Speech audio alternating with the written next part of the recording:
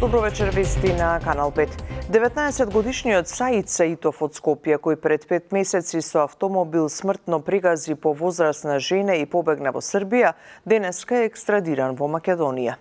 Од МВР информираат дека нему му е определена мерка притвор, пошто е спроведен во затворот Скопје за натамошна постапка. Тој се бараше со меѓународна потерница и беше приведен во Белград, каде што се наоѓаше во екстрадициски притвор. Саитов се сомничи за сторени кривични дела против безбедноста на луѓето и имотот во сообраќајот и неукажување помош на лице повредено во сообраќај на незгода, откако на 9 јануари во Скопски Капиштец прегази жена и побегна од државата. Со 58 гласа против и 19 за, пратениците на денешната седница не ја прифатија интерпелацијата за работата на министерот за внатрешни работи Панче Тошковски, поднесена од опозицијската левица. На гласањето му претходеше расправа на која подносителите на интерпелацијата, но и пратениците на опозицијскиот СДСМ упатија критики на сметка на министерот за внатрешни работи, обвинувајќи го дека за време на неговиот мандат се случиле бројни скандали и безбедносни пропусти. Министерот за внатрешни работи целосно ги отфрли обвинувањата, велејќи дека со лаги и манипулации опозицијата цели кон собирање политички поени. Поддршка му дадоа пратениците од ВМРО ДПМН, оценувајќи дека актуелното раководство на МВР постигнало повисока ефикасност, разбило повеќе криминални групи и придонело за намалување на повеќе видови криминал споредено со претходната власт. Ова е трета интерпелација за работата на Тошковски поднесена откако тој е на функција. Балканите цајкани ви се рак-рана во министерството кој вие не успевате да ја решите. Тие се срам за униформата. За 10 години имате пријави кривични против 500 полицајци. Што тоа ви кажува министри? Еве, вие сте биле адвокат од другата страна. Што тоа ви кажува? Дека си леđи и партиски вработувате таму и затоа имаме агенти од 6-та управа кои продаваат документи на криминалци, затоа имаме телохранители на премиер тепачи на жени. Слушнав многу манипулации, лаги, клевети, нечовечки напади, ад хоминем напади. Министерот не е во главата на секој полицаец, но министерот е одговорен да изгради систем во кој на грешката и следи дисциплинска, а таму каде што има основ и кривична одговорност. И во овој контекст делуваме максимално проактивно. Удирајќи по мене, удирате по институција која што за прв пат по 30 години покажа дека законот важи еднакво за сите. Македонија очекува извинување и темелна истрага од страна на Бугарија по протекувањето на дипломатскиот документ со информации за патувањето на семејството на премиерот Мицкоски во бугарско одморалиште. Македонското МНР го повикало на разговор амбасадорот на Бугарија во Скопје и од него побарало објаснување за дипломатскиот преседан. Кога се случи инцидент пред амбасадата, токму на таа држава од каде што има протечено тој инцидент, ние веднаш јавно осудивме, институциите во најбрз можен рок постапија и веднаш искомунициравме. И јас, но и заменик министерот, со представниците на соседна Бугарија. И најмалку што очекувавме е таков проактивен пристап од наша страна. Но бидејќи немаше, ние побаравме средба, поставете ги нашите семејства, имајте барем некој степен на минимална почит. Со став се огласија од бугарското МНР, од каде што велат дека не дистрибуирале дипломатска нота или друга официјална кореспонденција поврзана со посетата на Бугарија на членови на семејството на официјален представник на друга земја. Информациите што циркулираа во јавноста во последните денови се однесуваат на вербална нота од 6 јануари 2026 година и се однесуваат на поодамнешен настан. Во моментов оваа информација не може да се свати како основа за заклучоци дека постои непосредна закана за безбедноста на граѓаните на Бугарија или друга земја, велат од бугарското МНР за бугарската телевизија БТВ.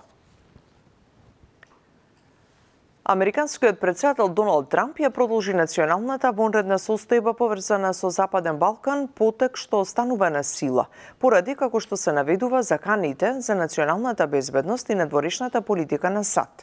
Според објавата во Федералниот регистар, мерката се однесува на лица и групи кои поддржуваат екстремистичко насилство во регионот, како и активности што го попречуваат спроведувањето на мировните договори во Босна и Херцеговина, Косово и Македонија.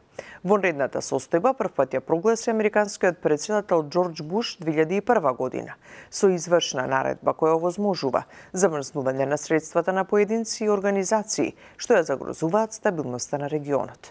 Во документот се споменува и Охридскиот рамковен договор, кој беше вклучен во дополнителните мерки преку измените на извршната наредба од 2003 година. Ресорите правда, култура, спорт ги преземаат кадри на влен, дознава Канал 5 од своји извори во преговорите. ВМРО ДПМН би го добил вице-премиерското место за добро владење на ФЕТАИ, како и здравство, социјала и евроинтеграции. Конечната одлука сепак ќе се знае деновиве. За ова повеќе од прилогот на Андријана Лазова Божиновска.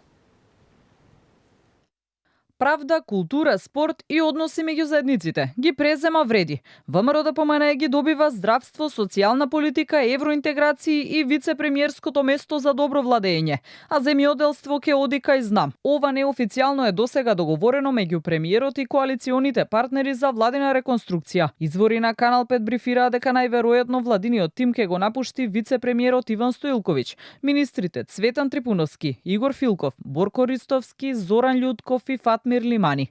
Информациите за сега никој не ги потврдува ниту демантира, но начелно постигнале согласност за рокада на овие ресори. Според лидерот на ЗНАМ Максим Димитриевски, сите опции се на маса и треба да се согледаат грешките, но уверува дека односите во коалицијата се на највисоко ниво.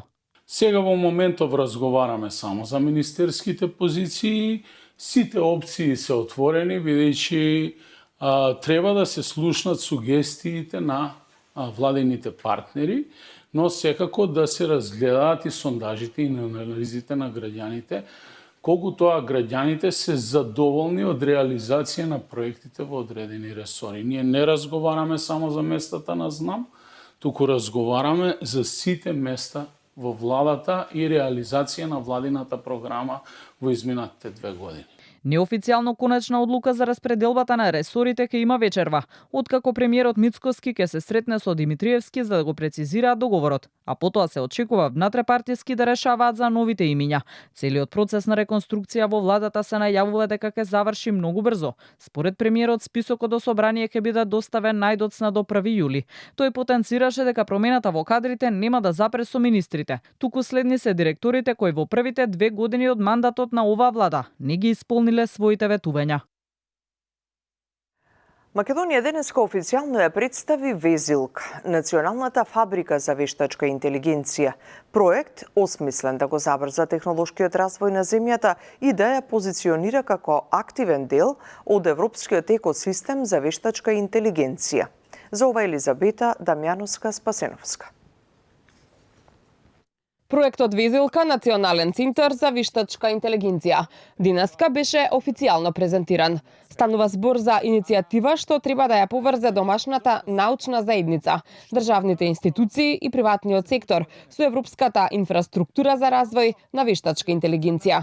На промоцијата беше истакнато дека Везилка не представува самостојна фабрика за вештачка интелигенција, туку така наречена АИ антена, национален центар поврзан со европската АИ фабрика Фарос во Грција.